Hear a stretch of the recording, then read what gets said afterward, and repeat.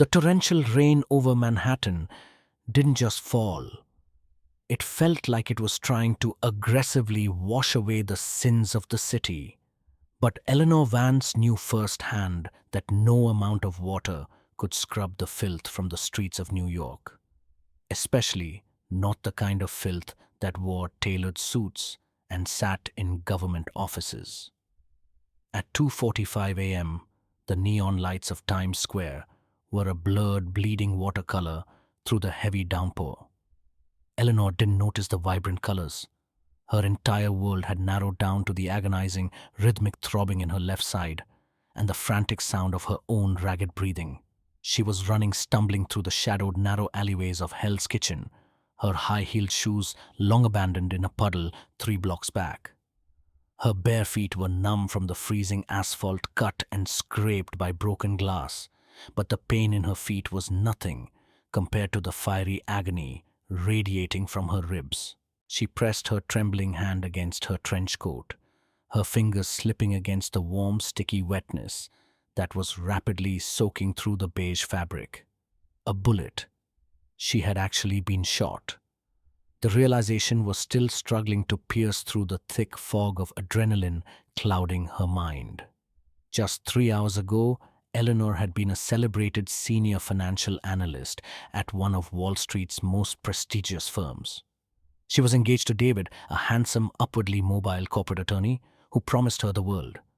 But Eleanor was too good at her job. Her brilliance with numbers was a curse. While conducting a routine late-night audit for a high-profile client, she had found the ghost accounts. At first, she thought it was a simple tax evasion scheme. But as her fingers flew across the keyboard, pulling threads of encrypted data, the horrifying tapestry unraveled before her eyes. It wasn't just tax evasion. It was a massive, intricate money laundering syndicate. Millions of dollars flowing from illegal weapons trade and human trafficking rings run by Viktor Volkov, the undisputed czar of the Russian Bratva in New York. And the accounts receiving the clean money. They belonged to offshore shell companies directly tied to Senator Robert Sterling. The golden boy of New York politics was a monster in disguise. Terrified but resolute, Eleanor had downloaded the heavily encrypted files onto a specialized, hyper-secure titanium flash drive. Her first instinct was to call David. He was a lawyer. He would know how to navigate the federal authorities, how to secure witness protection. That was her fatal mistake. When David arrived at her apartment, he didn't come with comfort or legal advice. He came with 2 men dressed in tactical gear, bearing the insignia of the NYPD. But the dead, cold look in their eyes told her they weren't there to serve and protect. They were Sterling's cleanup crew. The betrayal in David's eyes had been the most paralyzing part.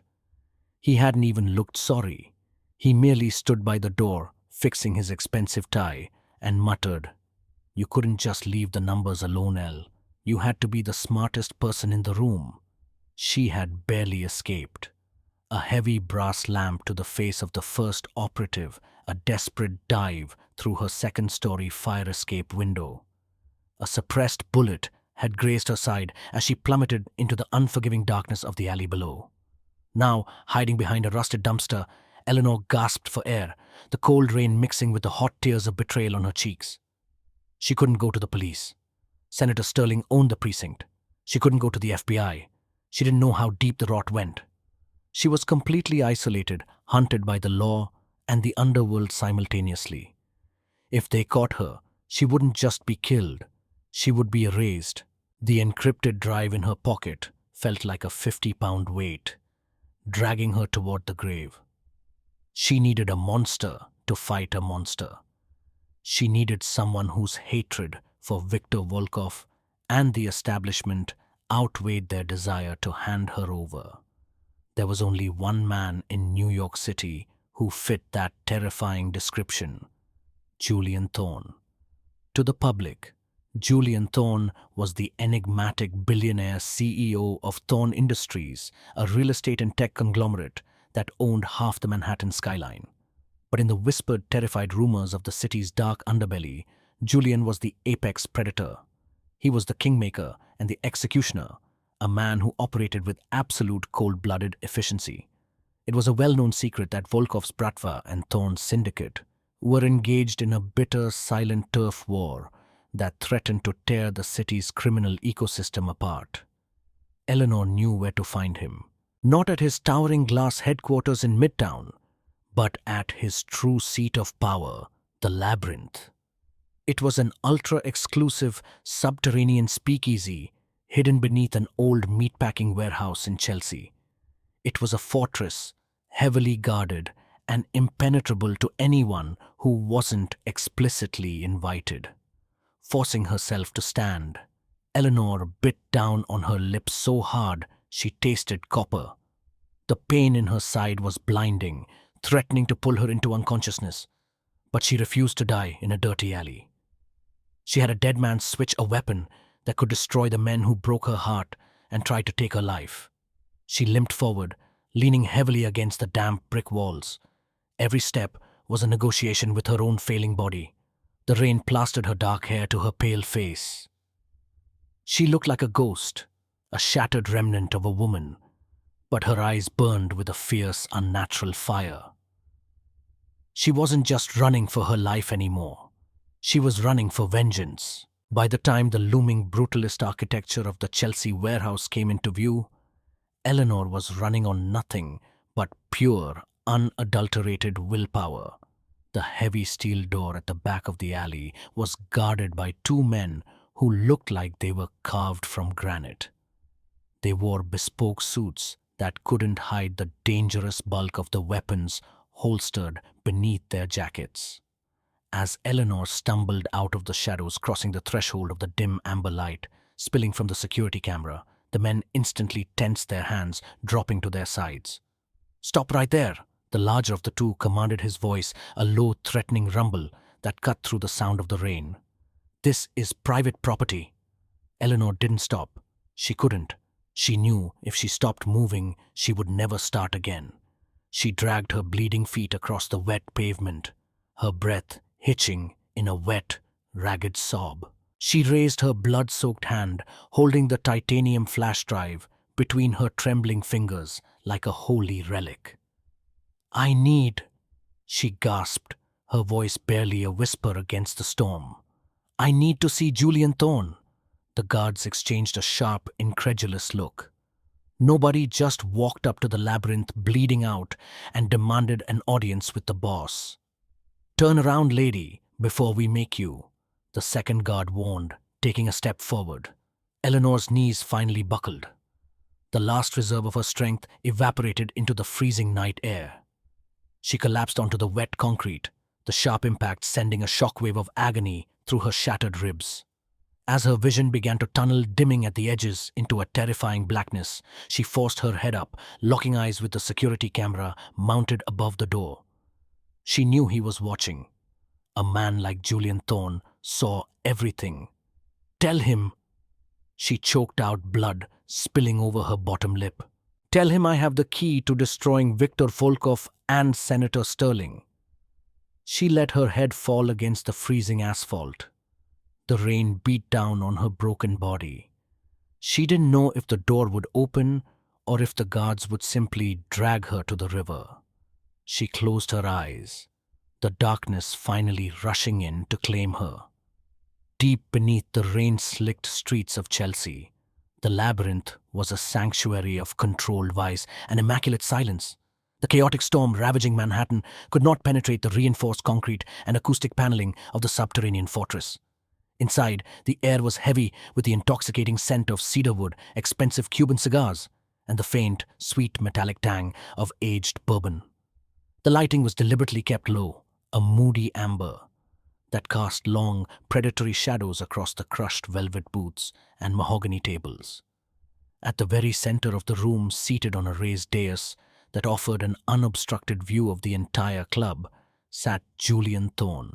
Even at rest, Julian radiated a palpable aura of absolute uncompromising authority. He was dressed meticulously as always, a midnight blue bespoke suit molded perfectly to his broad shoulders and lean, muscular frame. His tie was discarded, the collar of his crisp white shirt unbuttoned to reveal a sliver of tanned skin. A vintage Vacheron Constantin watch glinted on his wrist as he slowly rotated a crystal tumbler of Pappy Van Winkle bourbon, listening to the ice clink against the glass. His face was a masterclass in sharp, aristocratic angles, a strong jawline, high cheekbones, and eyes so dark they looked like obsidian pools reflecting the dim light. He was terrifyingly handsome, a fallen angel who had successfully conquered the corporate boardrooms by day and the criminal underworld by night. Standing a respectful 2 paces behind him was Silas, his most trusted enforcer and right-hand man. Silas was a towering monolith of a man, his face scarred and his demeanor permanently set to lethal. The heavy, meditative silence of the room was abruptly shattered by the sharp chirp of the security terminal resting on the table before Julian. Silas stepped forward, his massive hand instantly reaching for the suppressed weapon holstered beneath his jacket. He tapped the screen, pulling up the live feed from the alleyway cameras. His brow furrowed in deep confusion. "Boss," Silas murmured, his voice a low, gravelly rumble. "We have a situation at the back door. A woman. She's alone, completely soaked, and looks like she's bleeding out. The guards stopped her, but she collapsed right on the threshold." Julian didn't flinch. He didn't even stop rotating the bourbon in his glass. "The Labyrinth is a private establishment, Silas, not a triage center for the city's stray casualties. Tell the guards to dump her a few blocks away. The rain will wash the blood from the pavement by morning."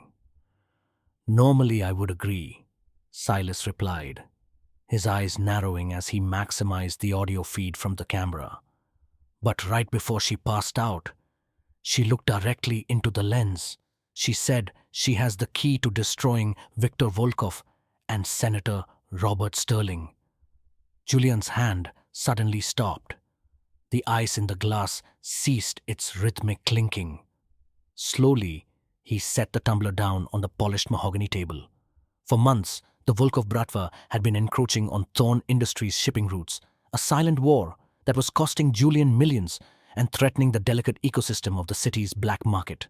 And Senator Sterling was Volkov's political shield, the untouchable golden boy who kept the federal authorities looking the other way. "Bring her in," Julian commanded, his voice cold flat and carrying the undeniable weight of a king issuing a decree. "Do not let her die before I have the chance to speak with her." 2 minutes later, the reinforced steel doors of the main entrance hissed open. The 2 guards from the alleyway practically dragged Eleanor inside, supporting her dead weight between them. The contrast between her shattered state and the pristine opulence of the club was jarring. She was drenched, her pale skin completely devoid of color. The beige trench coat was stained a horrifying deep crimson across her left side. Every step left a faint dark smear on the imported Persian rugs. "Put her on the sofa," Julian ordered, standing up from his chair. He moved with a terrifying fluid grace, like a panther stalking its prey, until he stood towering over the velvet couch where the guards had deposited her. Eleanor's chest heaved with shallow, erratic breaths. The agonizing movement of being carried had forced her back into the waking world. She gasped, her eyelids fluttering open. The dim amber lights blinded her for a moment, making her vision swim. When her eyes finally focused, she found herself staring up into the cold, calculating obsidian gaze of Julian Thorne. He was even more intimidating in person than he was in the Forbes magazine spreads. Up close, the sheer magnitude of his presence was suffocating. He didn't look at her with pity or concern. He looked at her the way an appraiser evaluates a potentially dangerous artifact. "You're bleeding on my vintage upholstery," Julian stated, his tone devoid of any discernible empathy. "You bypassed a security perimeter that is theoretically invisible, and you invoked names that usually get people killed before they can finish the sentence. Who are you?" Eleanor swallowed hard, fighting the wave of nausea and blinding pain radiating from her ribs. She forced herself to push up onto her right elbow, refusing to lie completely prone before this man. It took every ounce of her remaining strength, her arm trembling violently under her own weight. "My name is Eleanor Vance." She choked out, her voice raspy but threaded with a desperate iron will. "I am a senior financial analyst. I was auditing the Sterling campaign accounts." Julian raised a dark eyebrow, a flicker of genuine intrigue crossing his stoic features. "An accountant? You look remarkably durable for a numbers cruncher, Miss Vance." "Who shot you?" "My fiancé," Eleanor said, a bitter, broken laugh escaping her lips, quickly turning into a wet cough. He works for Sterling. When I found the ghost accounts, the laundering network linking Volkov's dirty money to the senator's offshore shell companies, I thought I was doing the right thing. I called him for help. He brought the men who tried to kill me." She reached into a soaked pocket with agonizing slowness. Silas instantly stepped forward, drawing his weapon, but Julian raised a single commanding finger, halting him in his tracks. Eleanor pulled out the titanium flash drive, her bloody fingers leaving dark smudges on the silver metal. She held it up, offering it like a peace treaty. "Every wire transfer, every shell corporation, every bribe Volkov ever paid to Sterling. It's all here," Eleanor gasped, her arm beginning to drop as gravity fought her fading strength. "But it's locked behind a dead man's switch. A quantum-resistant algorithm. If I don't enter an encrypted sequence into an offshore server every 24 hours, the files corrupt permanently. The data shreds itself to dust." Julian stared at the tiny device, then shifted his gaze back to Eleanor's pale, defiant face. She was a civilian entirely out of her depth, drowning in a world of monsters. By all logical metrics, she was a massive liability. Taking her in meant openly declaring a bloody, highly public war against the most powerful politician in the state and the most ruthless crime syndicate on the eastern seaboard. "Boss," Silas warned quietly from the shadows, "if Sterling's cleanup crew is hunting her, they are scrubbing the grid. They have the NYPD's entire surveillance network at their disposal. Keeping her here brings the full weight of the city down on our heads. She's a walking target." Julian didn't look at Silas. His eyes remained locked on Eleanor.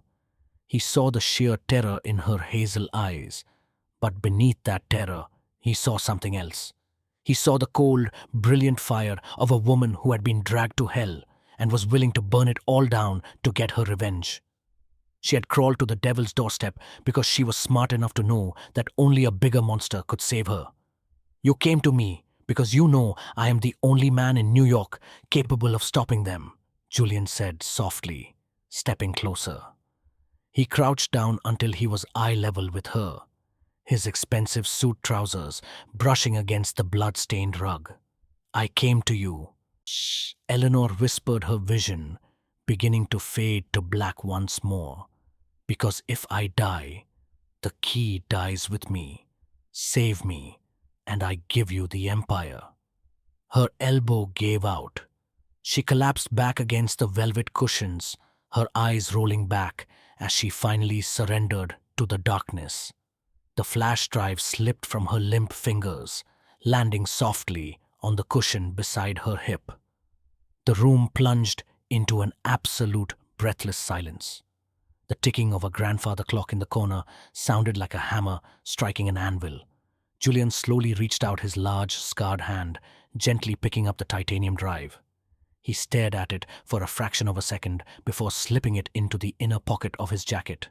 He looked down at the ruined, beautiful woman bleeding out on his couch. A strange, unfamiliar surge of possessive fury ignited deep within his chest. She had been thrown away by the men who were supposed to protect her. "Silas," Julian ordered, his voice echoing with absolute finality. "Yes, boss." "Call Dr. Aris. Tell him to prep the medical suite in my private penthouse immediately. Bring his surgical trauma kit." Julian stood up, his jaw clenched, his eyes blazing with a dangerous predatory light, and put the entire labyrinth on lockdown. No one gets in or out. If the NYPD comes knocking tonight, you tell them Julian Thorne is not receiving guests. This woman belongs to me now. Eleanor clawed her way back to consciousness through a suffocating haze of painkillers and residual trauma. The first thing she registered wasn't pain, but a scent. It was a potent, intoxicating blend of sharp rubbing alcohol, expensive bergamot, and the faint, lingering aroma of dark roast coffee. She inhaled sharply, and the pain instantly followed a vicious, searing tear across her left ribcage that forcefully pinned her back down. A breathless gasp escaped her lips as her eyes snapped open. "I strongly advise against sudden movements, Miss Vance. You have 22 fresh stitches holding your side together. And my doctor is a perfectionist who hates doing the same job twice." The voice was low, incredibly smooth, and resonated from the shadows to her right. Eleanor blinked rapidly, her blurred vision slowly coming into focus. She wasn't in the dim, subterranean depths of the labyrinth anymore. She was lying in the center of a massive, impossibly soft king-sized bed. The sheets draped over her battered body were high thread-count Egyptian cotton, cool and black as midnight. The room itself was a sprawling masterpiece of modern, minimalist luxury. Dark wood paneling, charcoal accents, and floor-to-ceiling windows that offered a dizzying panoramic view of the Manhattan skyline. The storm outside had broken, leaving the morning sky a bruised slate gray. Julian Thorne sat in a custom leather wingback chair near the foot of the bed. The intimidating midnight blue suit jacket was gone. He wore only his crisp white dress shirt, the sleeves casually rolled up to the elbows, revealing thick corded forearms, etched with faded, intricate ink that spoke of a violent past he kept hidden from the corporate world. A silver-haired man with a blood-stained apron was quietly packing stainless steel surgical instruments into a worn leather bag on a nearby table. Dr. Aris managed to extract the bullet. Julian continued crossing one long leg over the other.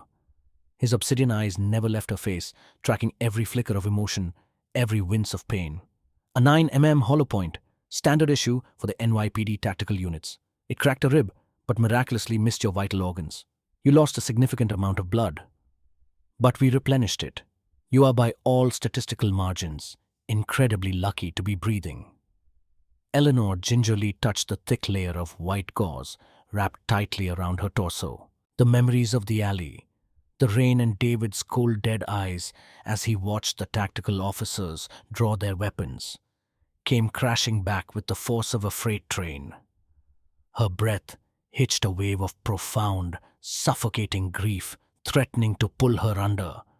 But then she looked at the man sitting across from her, and the grief instantly hardened into a brittle, icy shell of survival. My drive. Eleanor rasped, her throat bone dry. She tried to sit up again, gritting her teeth against the blinding flare of agony. "Where is it?" Julian reached into his chest pocket.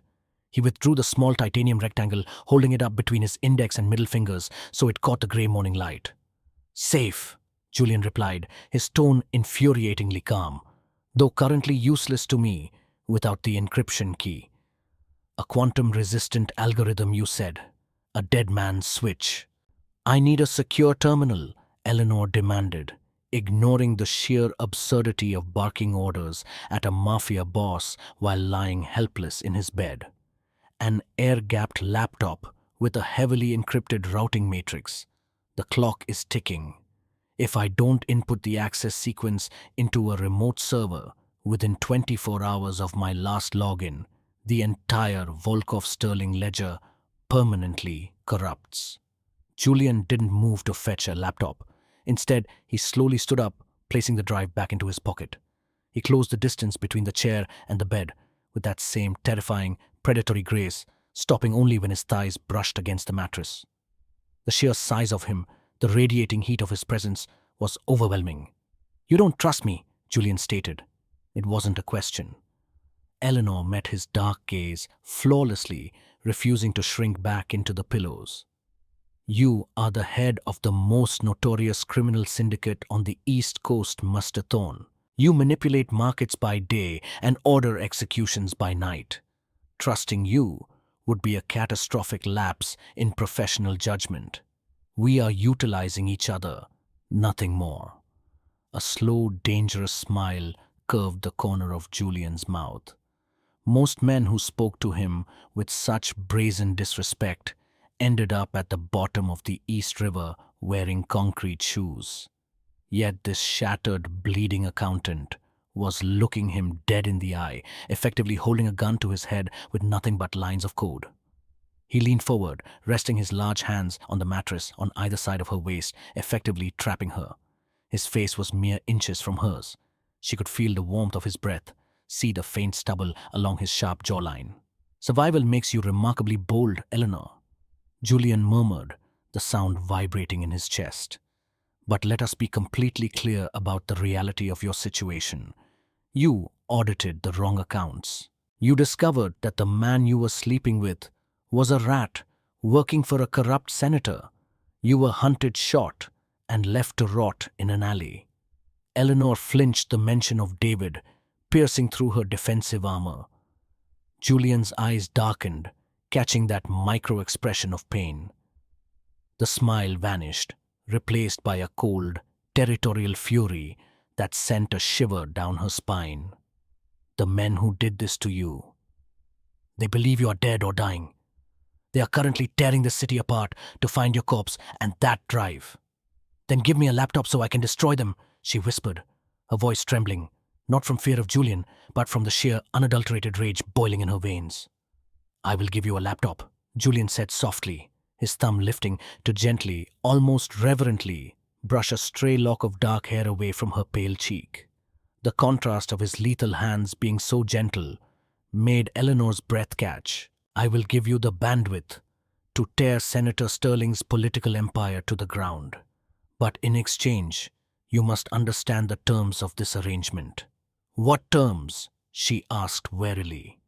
"By stepping through the doors of the labyrinth, by bleeding on my floor, and asking for my protection, you became mine to protect," Julian declared, his voice dropping to a gravelly, absolute vow. "From this moment forward, you do not run. You do not hide. You stay exactly where I put you, and you let me be the monster you need me to be.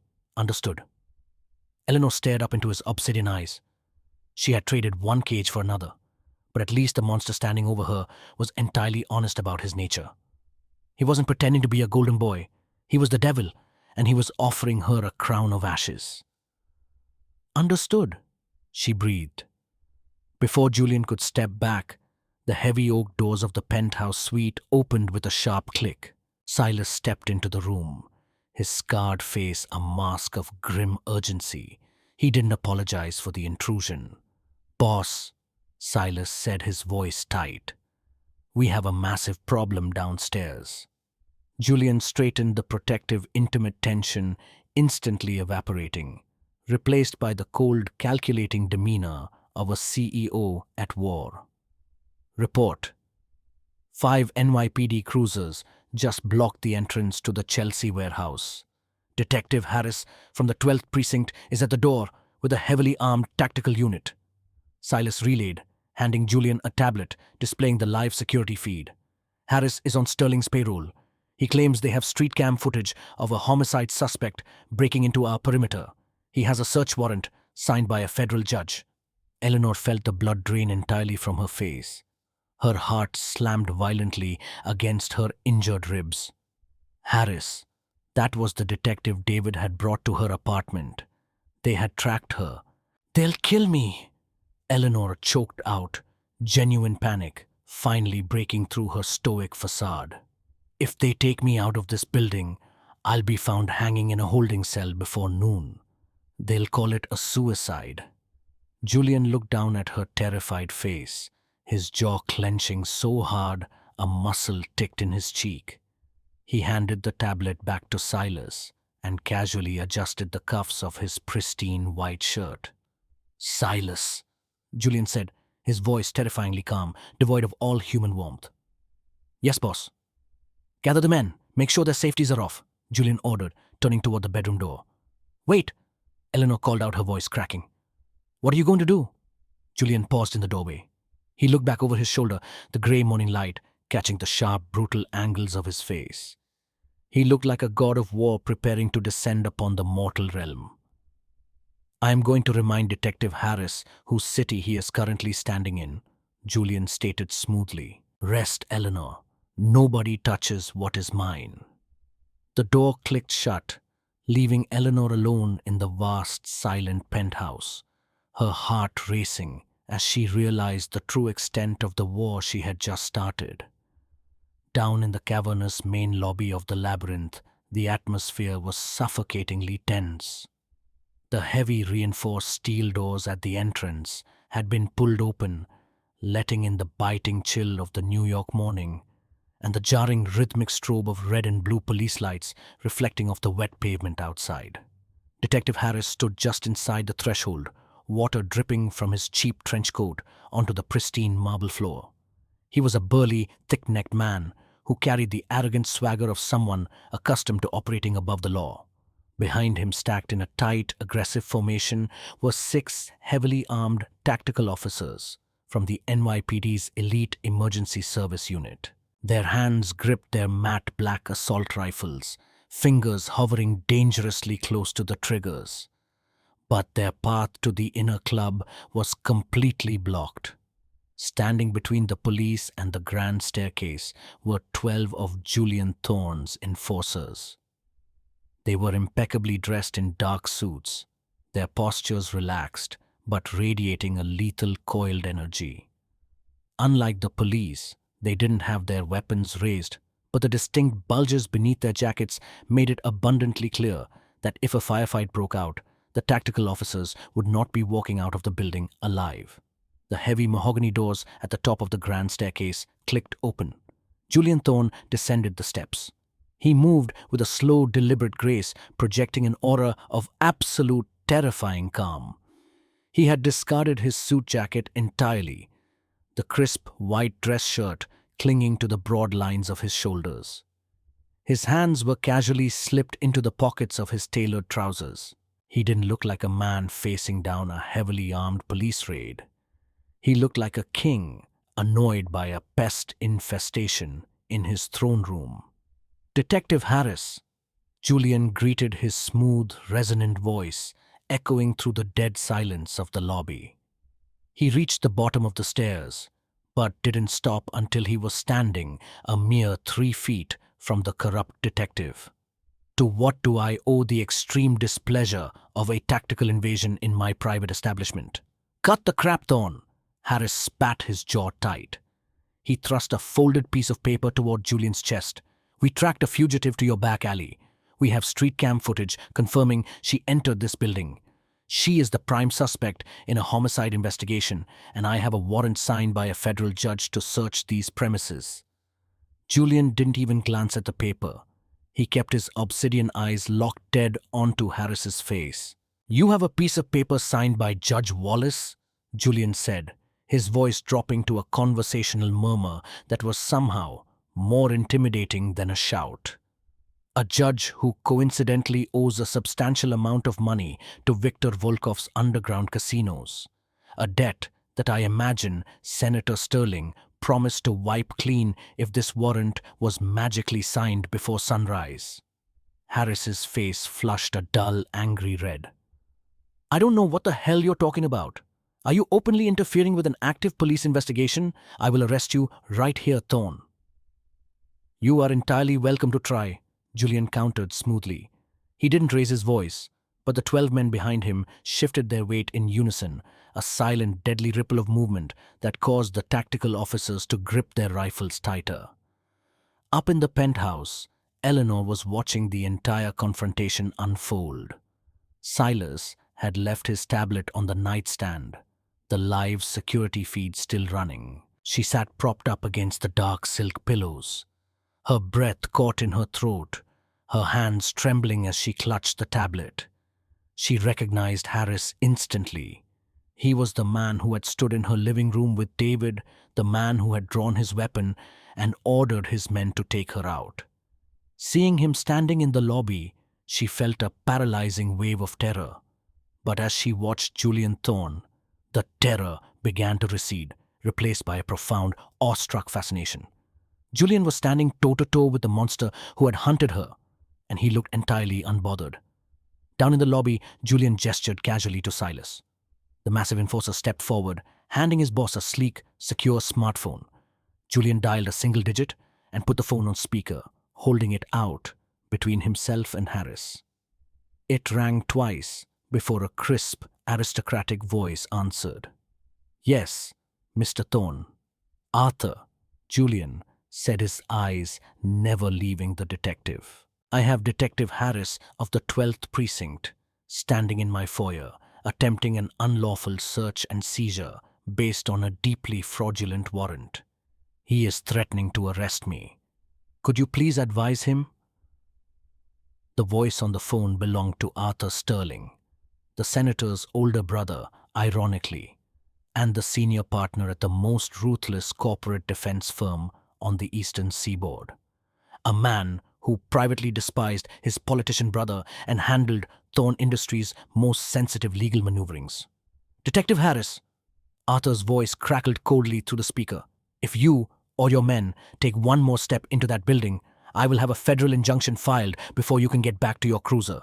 Furthermore, I will personally see to it that Internal Affairs audits your entire unit's financial records for the past 5 years, specifically focusing on the unexplained offshore deposits made into your wife's maiden name account in the Cayman Islands.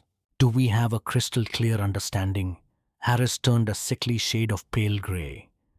He looked at Julian's men, who were staring at him with cold, dead eyes, and then back at his own officers, who were suddenly looking very uncomfortable with the situation. The tactical team had signed up to breach a building, not to be federally indicted and ruined. "She is a dead woman, Thorne," Harris hissed, leaning in close, his voice trembling with impotent rage. "You are starting a war you cannot possibly win. Sterling will burn this club to the ground, and Volkov will dance on the ashes." Julian's lips curved into a slow, vicious smile. He leaned down slightly, invading Harris's personal space, his voice a lethal whisper. "Tell the senator and the Russian that if they want my guest, they will have to come through me to get her. And I highly suggest they bring an army, because a few dirty cops with a fake piece of paper are not going to cut it." Julian ended the call and slipped the phone into his pocket. "Show the detective out, Silas. He was just leaving." Harris glared at Julian for a long, heavy second. He knew he was utterly outmatched. Gritting his teeth, he sharply gestured to his tactical unit. "Fall back," he barked, spinning on his heel and marching out into the freezing rain. Julian stood perfectly still, watching the glass doors slide shut and the cruisers pull away their sirens, wailing into the morning fog. He had just drawn a permanent line in the sand, formally declaring war against the city's political elite and the Russian mob. And he had done it all for an analyst he had met less than 12 hours ago. When Julian returned to the penthouse, the charged energy of the confrontation still clung to him.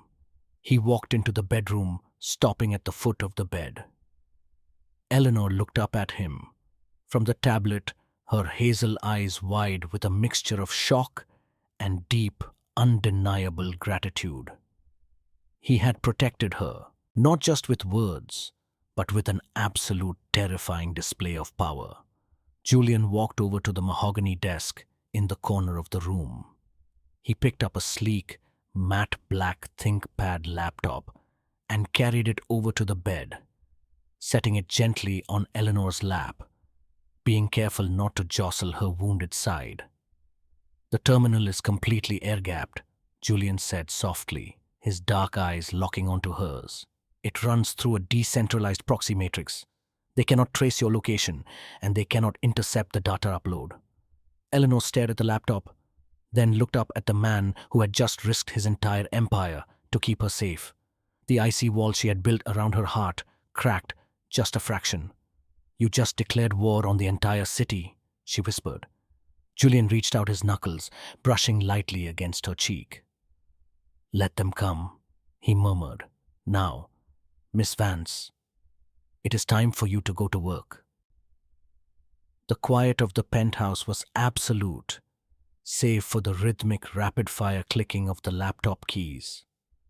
Outside the floor-to-ceiling windows, the morning had failed to bring the sun, leaving Manhattan draped in a suffocating shroud of grey fog and relentless drizzle. Inside, the atmosphere was thick-charged with an electric tension that had nothing to do with the storm. Eleanor sat propped up against the dark silk pillows, the matte black ThinkPad resting carefully on her thighs to avoid her sutured side. Her fingers flew across the keyboard with practiced, ruthless precision. The physical pain was a constant sharp fire radiating from her ribs with every breath, but she forced it into a small box in the back of her mind. She was in her element now. In a world of numbers, algorithms, and encrypted data, she wasn't a bleeding hunted victim. She was an absolute apex predator. Julian Thorne stood by a sleek marble-topped bar cart across the room. He poured a small measure of amber liquid into a crystal glass, but he wasn't drinking. He was watching her.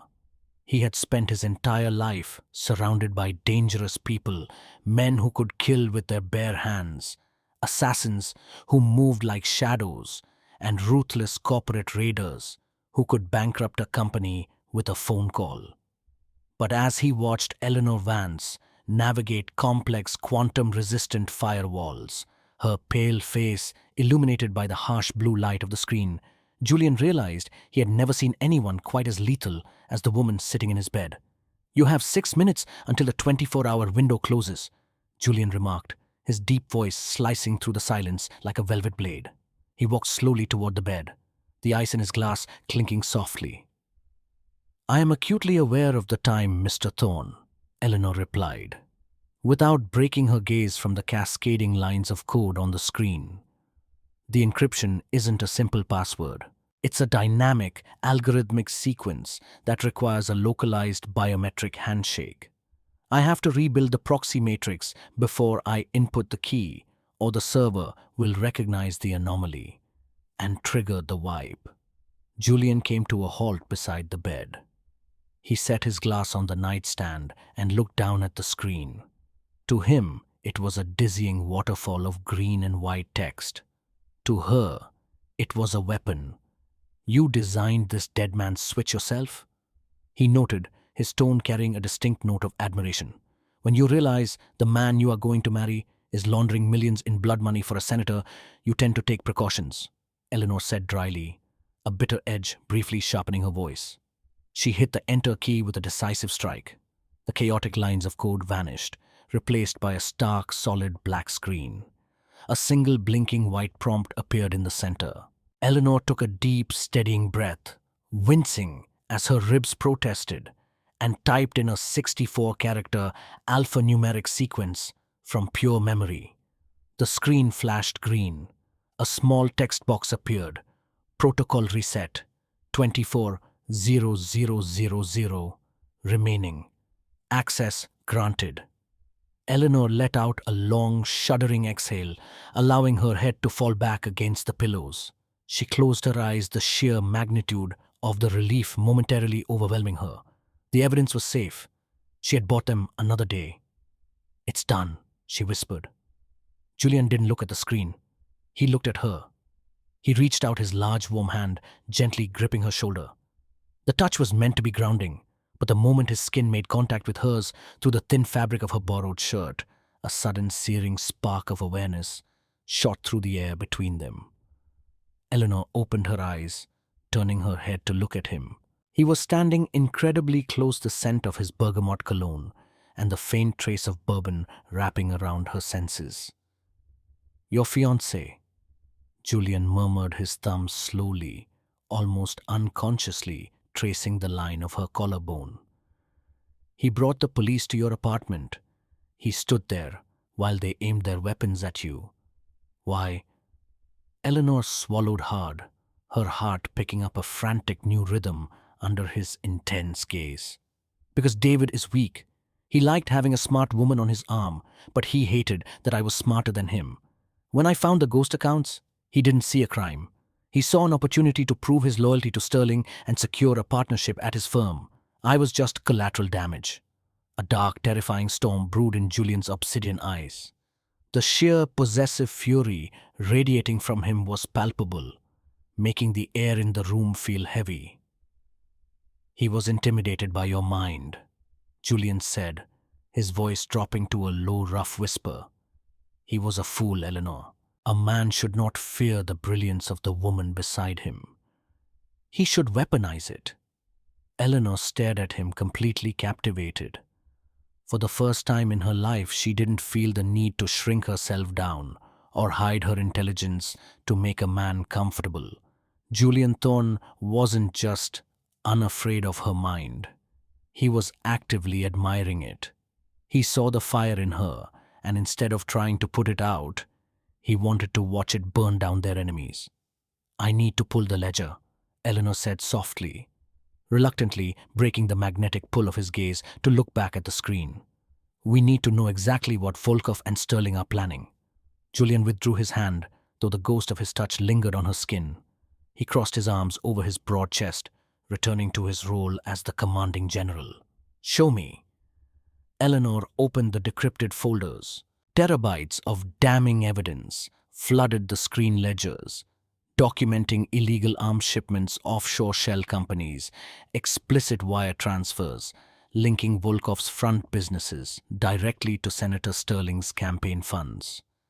It was enough to put both men in federal prison for multiple lifetimes. But as Eleanor cross-referenced the most recent transactions, her brow furrowed in deep concentration. The rhythmic clicking of the keyboard resumed faster and more frantic this time. "Wait," she murmured, leaning closer to the screen. "This doesn't make sense." "What did you find?" Julian asked, his posture instantly stiffening. "These transactions, they aren't standard money laundering routes." Eleanor explained, her hazel eyes darting across the glowing data. "Volkov has been quietly liquidating massive domestic assets over the last 48 hours. Real estate, shell, logistics companies, offshore bonds. He's converting it all into untraceable cryptocurrency and moving it into a centralized shadow account." Julian's eyes narrowed. "He's cashing out." "Why?" "He's not cashing out," Eleanor said, a cold dread washing over her as she finally deciphered the pattern. She looked up at Julian, her face pale. "He's funding a war chest." "Julian, these routing numbers correspond to international private military contractors, heavily armed mercenaries." She pointed to a specific timestamp on the screen. "An hour ago, immediately after Detective Harris failed to extract me from this building, a wire transfer of $5 million was executed. The memo line is an operational code." "An operational code for what?" Julian demanded, the lethal edge fully returning to his voice. "A siege," Eleanor whispered. "Volkov knows he can't get to me legally through Harris anymore. And Sterling knows that if I live to release this data, his political career and his life are over. They aren't going to try to arrest you, Julian. They are going to obliterate this building." The penthouse suddenly felt incredibly small, like a steel trap about to snap shut. Julian stared at the data, his mind instantly moving 5 steps ahead, calculating casualties, resources, and tactical disadvantages. The labyrinth was a fortress, but it was located in the heart of Manhattan. If Volkov brought heavy mercenary artillery, the civilian casualties and the resulting federal response would be catastrophic. Julian turned away from the screen, his face an unreadable mask of cold, hard stone. "Pack the laptop," Julian ordered, his voice echoing with absolute authority. He walked to the closet and pulled out a sleek black Kevlar vest. "We are leaving." "Leaving to where?" Eleanor asked, carefully unplugging the machine. Julian walked back to the bed and tossed the Kevlar vest beside her. "To a place where Viktor Volkov cannot casually drive up and drop a bomb. Put that on over your bandages. It is going to hurt, but not as much as shrapnel." The clock wasn't just ticking anymore. The alarm had just been triggered. 10 minutes later, Eleanor was escorted down a private high-speed service elevator into the subterranean parking garage beneath the labyrinth. The air down here was vastly different from the refined cedarwood scent of the club above. It was thick with the suffocating smell of exhaust fumes, damp concrete, and the sharp metallic tension of heavily armed men preparing for absolute war. 3 black, heavily armored Cadillac Escalades sat idling in a tight tactical formation. A dozen of Julian's enforcers moved with terrifying efficiency, sweeping the perimeter with assault rifles raised, checking blind spots before giving the all-clear signal. Julian guided Eleanor toward the center vehicle. His hand rested firmly at the small of her back, a warm, anchoring weight in the freezing, chaotic garage. She was wearing the black Kevlar vest he had given her. It was heavy and pressed painfully against her sutured ribs, making every breath a shallow, calculated effort. But she didn't utter a single word of complaint. She gripped the strap of the laptop bag across her chest like a lifeline. Julian pulled open the heavy vault-like rear door of the Escalade. "Get in. Keep your head down," he ordered, his voice cutting through the low rumble of the engines. As she slid into the plush leather interior, Silas climbed into the driver's seat. Julian slid in right behind her, pulling the heavy door shut with a solid, definitive thud that sealed them inside a cocoon of bulletproof glass and military-grade steel. "Where are we going?" Eleanor asked, shivering slightly, as the climate control kicked in to combat the damp chill clinging to her clothes. "To my private estate in the Hudson Valley," Julian replied, his eyes dark and focused as the convoy began to move, rolling out of the garage and into the bleak, rain-swept streets of Manhattan. He reached beneath his seat and produced a matte black Sig Sauer P365. He expertly checked the chamber before turning to her, holding the weapon out. "Grip first." Eleanor stared at the gun, her heart giving a violent lurch, but she reached out and took it. It felt unnervingly heavy in her hand. "The safety is already off," Julian instructed, his voice low, steady, and strangely intimate in the dark cabin. "Keep your finger resting on the frame outside the trigger guard until you are absolutely ready to pull it. I do not anticipate they will breach this vehicle. But if they do, you aim for the center of mass and you do not stop firing until the magazine is empty. Do you understand?" "I understand," Eleanor whispered, her knuckles turning white as she gripped the weapon. The drive north out of the city was an exercise in suffocating paranoia. The heavy rain continued to lash against the windows, distorting the world outside into a grey, watery blur. Eleanor sat rigidly, her eyes darting to the side mirrors. Julian, on the other hand, was entirely still. His posture was relaxed, leaning back against the leather seat, but the predatory intensity in his eyes never wavered as he scanned the highway. They had been driving for over an hour, leaving the dense urban sprawl for the winding, heavily wooded roads of upstate New York. The GPS signal on the dashboard suddenly flickered and died, a localized jammer. They were close to the estate, entering an area where Thorne Industries controlled all signal traffic. 2 miles to the main gates," Silas reported from the front seat, his eyes locked on the road ahead. Suddenly, the lead Escalade slammed on its brakes. The anti-lock system ground furiously against the wet asphalt as the massive vehicle skidded, trying to avoid a catastrophic collision. Silas cursed viciously, yanking the steering wheel hard to the left, flooring the brake pedal to prevent them from rear-ending the lead car. Eleanor pitched forward violently. She cried out as the seatbelt dug deep into her wounded side, but before she could rebound, Julian's arm shot across her chest like a steel bar, forcefully pinning her back into the seat and absorbing the shock of her momentum. "Ambush!" Silas roared over the internal comm system. Through the rain-streaked windshield, Eleanor saw it. A massive felled oak tree lay directly across the narrow, winding road, completely blocking their path. But it wasn't just a fallen tree. Before Silas could throw the Escalade into reverse, the dark tree line on both sides of the road erupted into a blinding, deafening storm of muzzle flashes. The cacophony was visceral. The unmistakable crack, crack, crack of high-caliber automatic weapons hammered against the SUV like deadly hail. The bulletproof glass spider-webbed instantly, white pockmarks blooming violently across the reinforced windows as armor-piercing rounds tested the vehicle's limits. "Down!" Julian shouted. He didn't draw his own weapon. He didn't order his men to return fire. His sole unyielding focus was Eleanor. He grabbed her shoulders and forcefully shoved her down onto the floorboards of the SUV. Before she could process the movement, Julian threw his entire massive frame over hers, completely shielding her body with his own. Eleanor was pressed hard against the carpeted floor, the heavy laptop bag digging into her chest, but all she could feel was Julian. He was a solid, immovable fortress above her.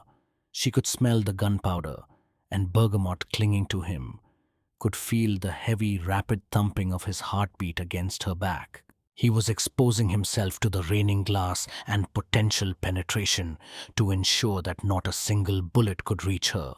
"Silas, push through," Julian commanded over the deafening roar of gunfire, his mouth practically pressed against Eleanor's ear. "Do not reverse. They are trying to box us in. Ram the tree." Silas, executing his role with the cold blood of a seasoned wheelman, didn't hesitate. He threw the heavy vehicle into drive, flooring the accelerator. The massive Escalade roared like a wounded beast, tires spinning on the wet pavement before catching traction. The SUV surged forward, leaving the safety of the convoy formation. It hit the muddy ditch, violently jarring its occupants, and slammed into the thinner top half of the felled oak. Wood splintered with a deafening crack. The SUV tore through the branches, scraping violently against the embankment. Bullets continued to ping against the rear doors, but Silas kept the pedal pinned to the floor. They burst through the tree line and back onto the clear asphalt. A quarter of a mile later, the towering wrought iron gates of the Thorne estate loomed ahead. They were already swinging open, operated by guards in fortified sentry towers who were laying down heavy suppressing fire toward the tree line to cover the convoy's retreat. The Escalade tore through the entrance, finally sliding to a halt on the manicured gravel driveway in front of a sprawling stone-faced mansion. "Out, move!" Julian yelled, shoving his door open. He grabbed Eleanor by the tactical vest, hauling her up from the floorboards and practically carrying her out of the vehicle. He kept himself positioned tightly between her and the open gates, acting as a human shield as they sprinted up the grand stone steps of the mansion. They burst through the heavy double oak doors into a grand marble-lined foyer. Silas and the surviving guards piled in behind them, instantly slamming the doors shut and throwing the heavy steel deadbolts into place. Eleanor leaned back against the cool marble wall, gasping for air. Her chest heaved, her hands shaking so violently she nearly dropped the Sig Sauer. Julian turned to her, his chest rising and falling heavily, his obsidian eyes wild with a feral, protective energy she had never seen before. He closed the distance between them, his hands running frantically over her shoulders, her arms, and down to the Kevlar vest, checking for any fresh blood. "Are you hit, Eleanor?" he demanded, his voice rough, breathless. He framed her face with both of his large hands, forcing her to look at him. "Look at me. Are you hit?" "No," she gasped, her hands instinctively gripping his wrists. "No, I'm okay. Julian, I'm okay." Julian exhaled a sharp, shuddering breath, closing his eyes for a fraction of a second. The absolute relief that washed over his hardened features was raw and undisguised. It startled Eleanor more than the ambush had. The King of New York had just risked his life, terrifyingly desperate to make sure she was safe. Silas stepped into the foyer, wiping a thin trail of blood from a shallow glass cut on his forehead. "Gates are secured, boss. We have 30 men on the perimeter. The mercenaries are falling back into the woods. They hit hard and ran. It was a targeted extraction attempt." Julian let go of Eleanor's face, turning to Silas. The relief instantly vanished, replaced by a cold, glacial fury. "They knew the route," Julian said, his voice dropping to a deadly whisper. "They knew exactly which road we were taking and exactly when we would cross that specific mile marker."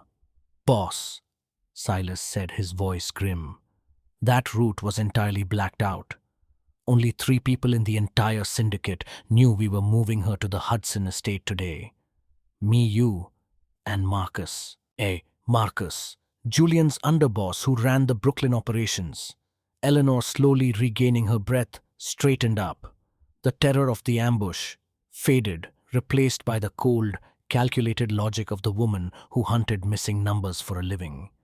You have a rat in your house, Julian, Eleanor said softly, her hazel eyes locking onto his. Then we will find him, Julian replied, his voice devoid of all mercy. And we will gut him. The private study in the Hudson Valley estate was a stark contrast to the violent chaos they had just escaped.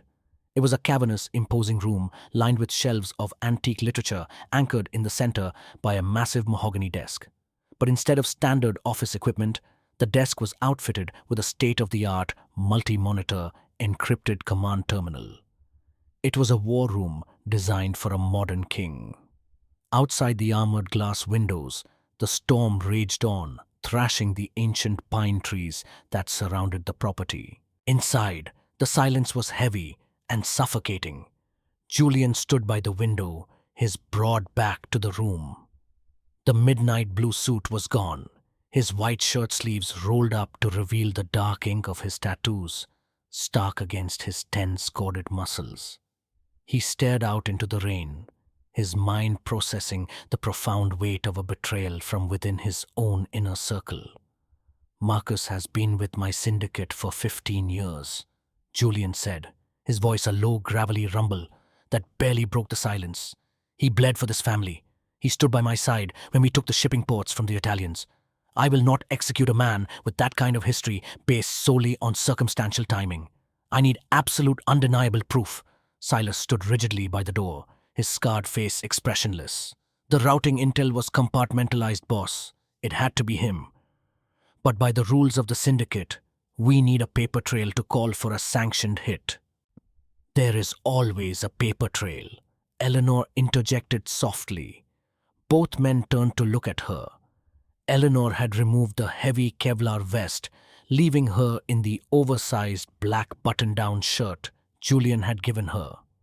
She looked incredibly fragile, her face still pale from blood loss and exhaustion, her left arm resting protectively over her sutured ribs.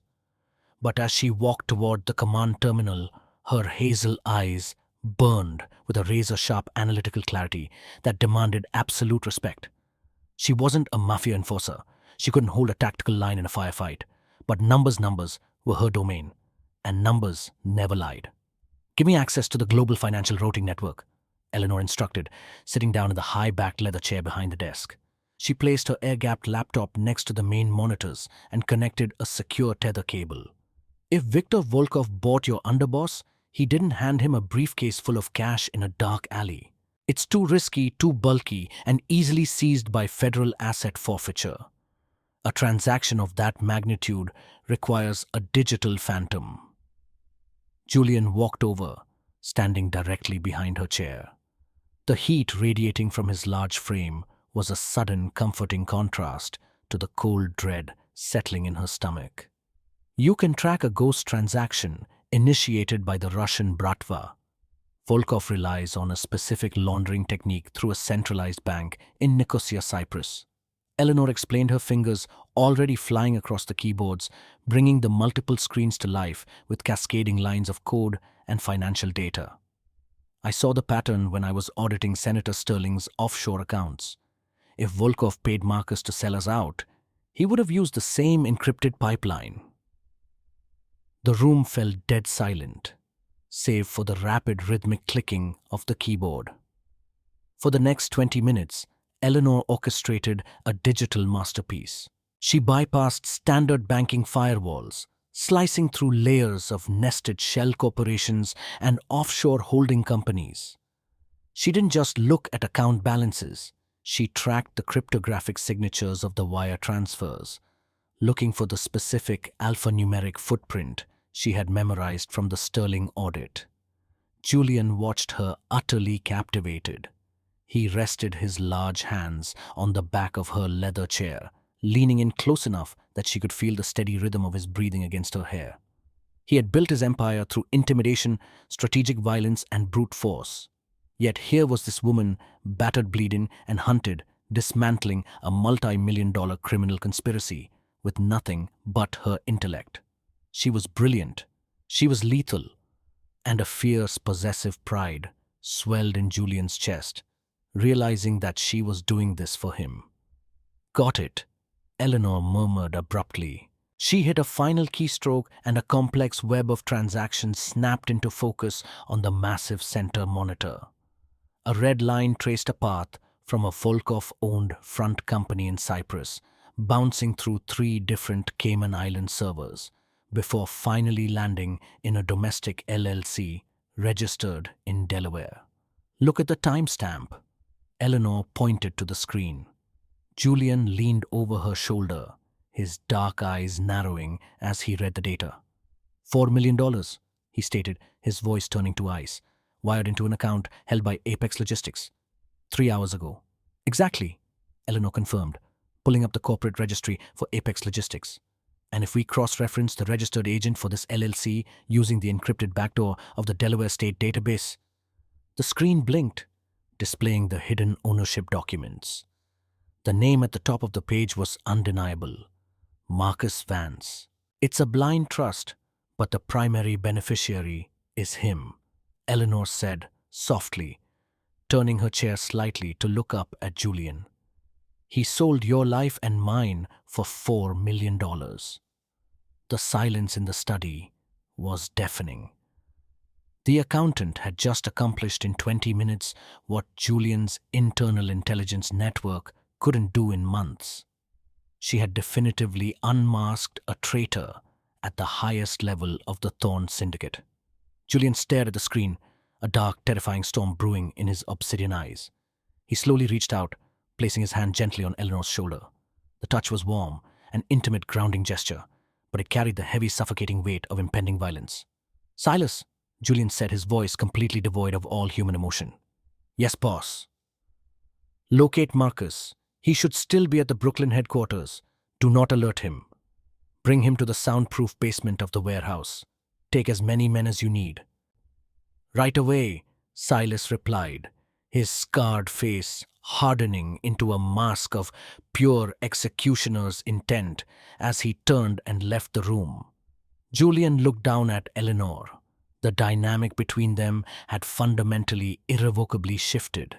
She was no longer just a damsel in distress or a walking flash drive. She was a weapon. She was a vital, indispensable asset to his empire. "You just saved my syndicate from imploding from the inside out." "Eleanor," Julian murmured, his thumb lightly brushing the fabric of her shirt near her collarbone. "You have officially made yourself indispensable to the Thorne family. I hope you understand exactly what that means." Eleanor looked up into his dark, fathomless eyes, the gravity of her new reality settling heavily over her.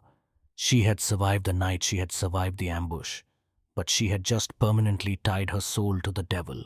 "It means," she whispered, her heart hammering violently against her ribs, "that Viktor Volkov and Senator Sterling have no idea what's coming for them." "No, they don't," Julian agreed softly. He leaned down, his face mere inches from hers. The magnetic, dangerous pull between them was undeniable. But the mercenaries at the gates were just a probe. Volkov knows he missed, which means the real attack is coming. It is time to end this. The storm over the Hudson Valley seemed to hold its breath, a suffocating lull before the final devastating crescendo. Inside the subterranean command bunker beneath the Thorne estate, the air was thick with the ozone hum of heavy servers and the metallic clatter of tactical gear. Julian Thorne stood at the head of the war table, completely transformed. The bespoke tailoring was gone, replaced entirely by black urban combat gear. A customized SIG MCX assault rifle hung from a tactical sling across his broad chest, and his obsidian eyes were completely devoid of mercy. He was no longer the billionaire CEO of Manhattan. He was the apex predator of the New York underworld, preparing to defend his territory. "They have cut the main power grid to the county," Silas reported, his voice cutting through the tense silence. He was monitoring the perimeter sensors, Backup generators are online. We have thermal signatures moving through the eastern tree line. At least 40 hostiles, heavily armed. They aren't trying to be quiet anymore, boss. It's a full breach. Let them breach the outer wall. Julian commanded, his voice cold and terrifyingly calm. Funnel them into the courtyard. I want them caught in a crossfire. They cannot escape. No survivors. Julian turned away from the tactical map and walked over to the reinforced glass partition at the back of the bunker. Behind it sat Eleanor. She was stationed at an isolated, hyper-secure terminal. The black Kevlar vest was secured tightly over her chest once more. Her face was pale, drawn with exhaustion and the lingering pain of her gunshot wound, but her hazel eyes were locked onto the multiple screens with a ferocious, unyielding intensity. Julian pushed open the heavy glass door, stepping into her quiet sanctuary.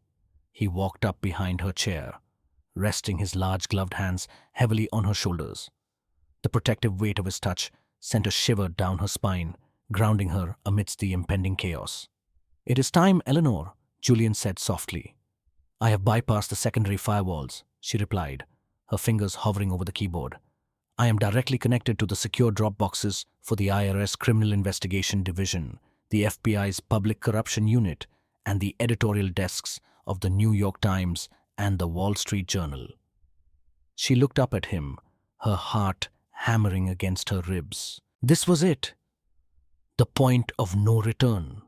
Once I hit execute, Senator Sterling's political shield evaporates. He becomes the most hunted man in America, and Volkov's entire financial network will be frozen by federal mandate within the hour. Julian leaned down, pressing a fierce, lingering kiss against the crown of her head. It was a gesture of absolute possession and profound respect. "Burn their empire to the ground, my queen. I will handle the ashes." A deafening explosion rocked the bunker. Dust sprinkled from the concrete ceiling as the estate's heavy outer gates were breached by C4 explosives. The muffled, frantic staccato of heavy machine gun fire instantly followed, tearing through the night above them. The siege had begun. Julian straightened up his thumb, brushing lightly against her cheek one last time. He turned on his heel, racking the charging handle of his rifle. "Silas, with me." The heavy steel door of the bunker sealed shut behind him, leaving Eleanor alone in the quiet hum of the server room. She took a deep, shuddering breath. She closed her eyes for a fraction of a second, seeing David's cold betrayal, Detective Harris's drawn weapon, and the dark alley where she had almost bled to death. She opened her eyes, the fear entirely replaced by a brilliant, icy rage. Eleanor hit the execute key. The progress bar on the massive center monitor flared to life. Decrypting Volkov's Sterling ledger, 20%, 50%. Above ground, the battle was a symphony of brutal, calculated destruction. Viktor Volkov had arrogantly assumed Thorne's forces would be crippled by the mole's intelligence. He was wrong. Julian had completely reconfigured the estate's defensive perimeter, turning the grand courtyard into a lethal kill box. When the mercenary strike team poured through the shattered gates, they were instantly illuminated by blinding xenon floodlights. From elevated fortified positions, Julian's enforcers unleashed a devastating hail of crossfire. The courtyard became a meat grinder. Julian moved through the shadows of the colonnade with terrifying, silent efficiency. He didn't just command from the rear, he led the slaughter. He dispatched 2 mercenaries attempting to flank the eastern wing with short, precise bursts from his rifle. Suddenly, a massive armored SUV tore through the smoke of the courtyard, smashing through a stone fountain. The rear door kicked open and Viktor Volkov himself stepped out. The Russian Tsar was desperate, realizing his entire assault was collapsing. He raised a heavy tactical shotgun, aiming blindly toward the colonnade. Julian didn't hesitate. He stepped out of the shadows, the rain slicking his black armor. "Volkov!" Julian's voice boomed over the gunfire, carrying the weight of a death sentence. The Russian spun around, but Julian was faster. 2 suppressed surgically precise shots echoed through the storm. Viktor Volkov's eyes widened in shock before he collapsed heavily onto the wet cobblestones, his reign over the New York underworld ending in a puddle of muddy rainwater. Down in the bunker, the progress bar hit 100%. Data transmitted successfully. Within 3 minutes, Eleanor's burner phone began to vibrate violently. News alerts flooded the screen. Breaking massive leak exposes Senator Robert Sterling in multi-million-dollar money laundering syndicate. Breaking FBI raids, Sterling campaign headquarters following midnight data dump. Breaking ties to Russian mob confirmed. Sterling attempting to flee state. Eleanor slumped back into the leather chair, a tear slipping down her cheek. It wasn't a tear of pain, but of absolute overwhelming vindication. She had done it. The men who had hunted her were ruined. The heavy steel door of the bunker hissed open. Eleanor spun around. Julian stood in the doorway. He was drenched in rain, his tactical gear smeared with ash and the blood of his enemies. He looked exhausted, brutal, and utterly breathtaking. He slung his rifle over his shoulder and walked toward her. Eleanor didn't wait. She stood up, ignoring the sharp pull of her stitches, and ran to him. Julian caught her, his large arms wrapping tightly around her waist, lifting her entirely off the ground. He buried his face in her dark hair, his massive chest heaving against hers. The adrenaline of the massacre was fading, leaving only the desperate raw need to feel her safe in his arms. "It's over," Julian rasped, his voice rough with emotion, as he slowly set her back down. He framed her face with his large gloved hands. "Volkov is dead. And Silas just confirmed that federal agents intercepted Senator Sterling at JFK Airport. He is in custody." Eleanor looked up into his dark eyes, reading the profound possessive devotion burning within them. "You gave me the power to destroy them," she whispered. "You possessed the power all along, Eleanor. I merely provided the shield." Julian murmured, his thumb tracing her lower lip. "You walked into my world, bleeding and broken. But you did not break. You adapted. You conquered." He leaned down, his mouth crashing down over hers. The kiss was fierce, bruising, and deeply intoxicating. It tasted of rain, adrenaline, and absolute victory. Eleanor melted against him, her hands gripping the straps of his tactical vest, pulling him closer. She had traded a safe, predictable life for a world of shadows and violence, but she had never felt more secure. When Julian finally pulled back, he rested his forehead against hers, his breathing heavy. "What happens now, Julian?" she asked softly, the reality of the morning light beginning to filter into her mind. Julian's lips curved into a slow, dangerous smile that promised the world. "Now," he whispered, his voice vibrating with absolute certainty, "we audit the rest of our enemies. Together." The storm over the Hudson Valley finally broke the dark clouds parting to reveal the first golden rays of a new dawn. Eleanor Vance had been betrayed, hunted, and left to die in the gutter. But as she stood securely in the arms of the most feared and powerful man in New York, she knew the truth. She was no longer prey. She was the queen of the Thorne Empire, and she was entirely untouchable.